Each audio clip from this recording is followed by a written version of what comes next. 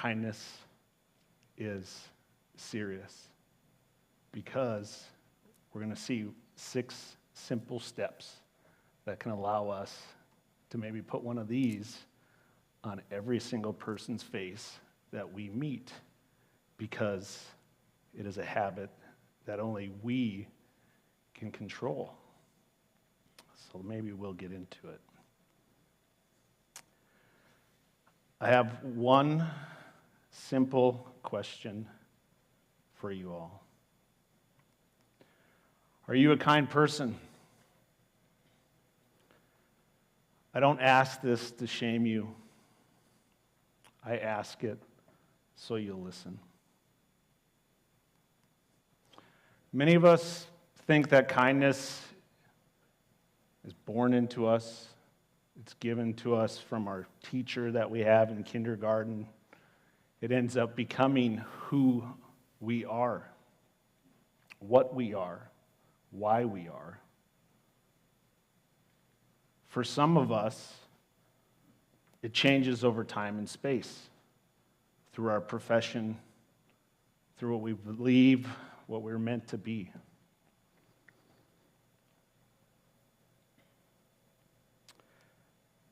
There's a story that I heard many years ago, and it was about a man from San Francisco. He left a note by his bed, and on that note it said, "If one person smiles at me on my way to the bridge this morning, I will not go through with what I'm about to do." Now, if that story was literal or symbolic, I don't know. But I do know that suicide continues to take tens of thousands of lives each year. When it comes to veterans, it is something where we lose 10 to 22 of us a day, because we carry the weight and the pain and the suffering for many years of our service, causing us to possibly be unkind.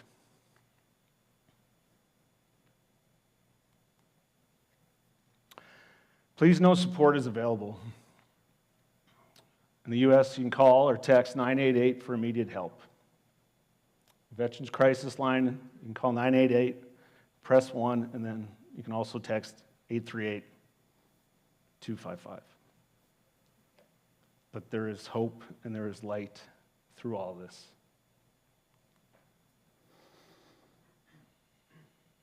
As we go through life, though, the amazing things that happen is you can find yourself being reinvented, and you don't understand how that's possibly going to happen. I spent 23 years in the Army. I was an airborne ranger, and I did spend 4 years in combat. I believed that I would have the most amazing retirement, and I focused so much on that day. It was a goal for 23 years that I waited on. But the problem is, with goals, there's an end in mind. And we think about today in Duluth, it's all about personal growth. There is no end in growth. You just continue to grow, you continue to blossom. And so when I saw the ending, I had lost all those years with my friends, my comrades, and we ended up not staying in touch. And I found myself in Minnesota, isolated and alone. This was to my own unfortunate dwelling in my addiction, not realizing that you can always ask for help, just like we showed. But unfortunately, for veterans, we find ourselves in being all alone for the first time possibly in 23 years. That's how crazy it was. I was just telling someone backstage, from day one, you have a battle buddy. Then you're in a team of 4, and then a squad of 9, and a platoon of 31. And then for me, it was a company of 200, a battalion of 750, a brigade of 3,500, and so on and so forth. But you always had a battle buddy. My 2 adult children know that from living on post, say Fort Leavenworth. And they knew as long as they were together, they could go anywhere they wanted on Fort Leavenworth. They loved it. When we moved to Washington State, they ended up being like, it's not fun living off post. We used to drive or ride our bikes everywhere we went. And Mom and you said, it's fine. And you'd hear stories of them at the commissary playing grocery getter and so on and so forth, or at the PX trying on clothes with their best friends and all this, and they'd come home and tell us about it. And in all this, you start to see that we're all that 6-year-old little boy or little girl wanted to play, to act. And how do we come up with the 6 simple steps of being kind? And if you just say them in your head with me, but also as we go through it, think about making gentle eye contact with whoever you're coming across. So it starts off with smile. Please. Thank you. Excuse me. I am sorry. Repeat. Now, with that gentle eye contact, I know Enrique here, so he smiled back as soon as I made eye contact, and I still have a smile on my face. We don't have any interaction here, but possibly if we're on the street, just in that eye contact and smile, I'd say good morning, or whatever that would look like. That would be just enough to possibly even spark a conversation. We never know what these divine connections form as we move throughout our day. As we reflect upon all of that, there's a little bit more that ends up because of what we're doing. That smile signals, I see you. It's that invitation. The please invites cooperation and shows respect. The thank you names someone's contribution, affirms their worth. The dynamic of really establishing, wow, they care what I did. They appreciate me. I have worth. And we all have worth. We have tons of self-worth. It's more than any net worth or anything under the sun. We all matter. Excuse me to me is something that it's the most amazing thing, especially when someone does it before you do. I was at Brugger's Bagels about 6 months ago, and I found myself rushing because I was getting my breakfast and had a meeting to go to, and I wasn't really paying attention, and I accidentally kicked someone's chair as I was walking by. And the man said, excuse me, before I even could. And it's normally when I'm like, boom, excuse me. And when it did, it was just that respect. And I was like blown away. And I said, I'm sorry. And that's the thing. It takes so much sometimes to say, I'm sorry. I've hurt you. I want to repair this. Now, when I think back through my early sobriety and what it took of just coming out of the fog of years. I had an alcohol and prescription drug problem for 33 years.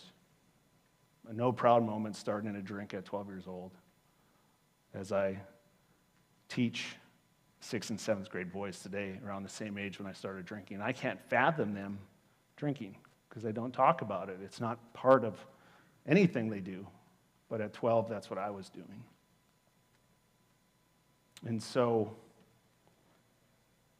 I'm new into sobriety, but I'm not having a great day.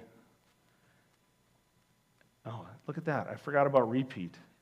Like, don't you just think, wow, if we don't know how to repeat something, would we do it again as a habit? And we'll get to that later on.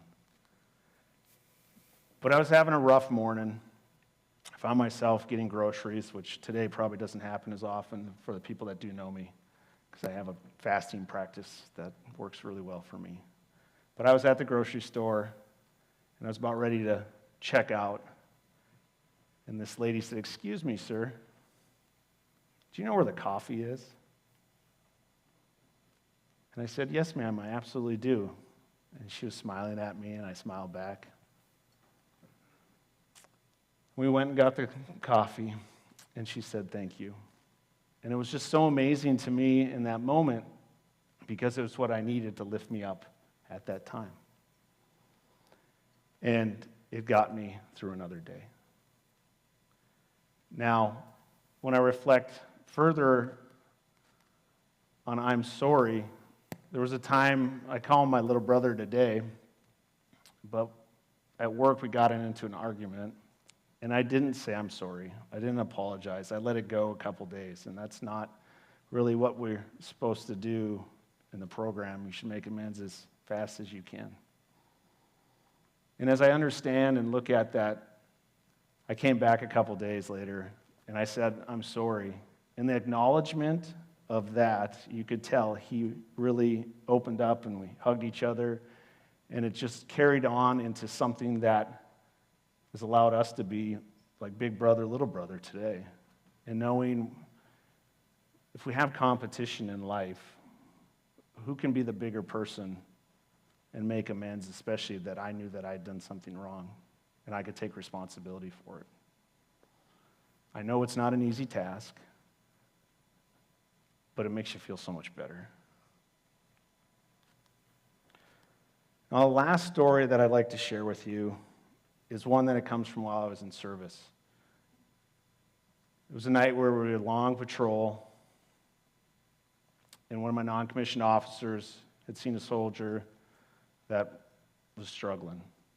And normally, especially in the infantry, we have a tendency to not take on maybe the most kind, gentle way when someone is struggling. But in this moment, that non-commissioned officer came up to that soldier, put his arm around him, and was like, "Are you all right, bud? Do you need some help?" And that soldier broke down and really let go all of that pain that he was carrying. And we made sure that he got help. And it was just so amazing to see that in that moment, because a lot of times we want to be tough, we want to be strong, and we don't want to be kind.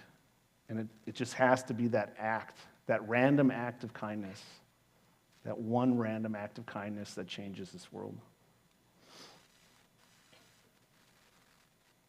So, I'll leave you with where we started. Are you a kind person? Creating that habit allows us to have someone smile, say please, thank you, excuse me, I'm sorry, and they'll repeat it going forward because you started it. Thank you.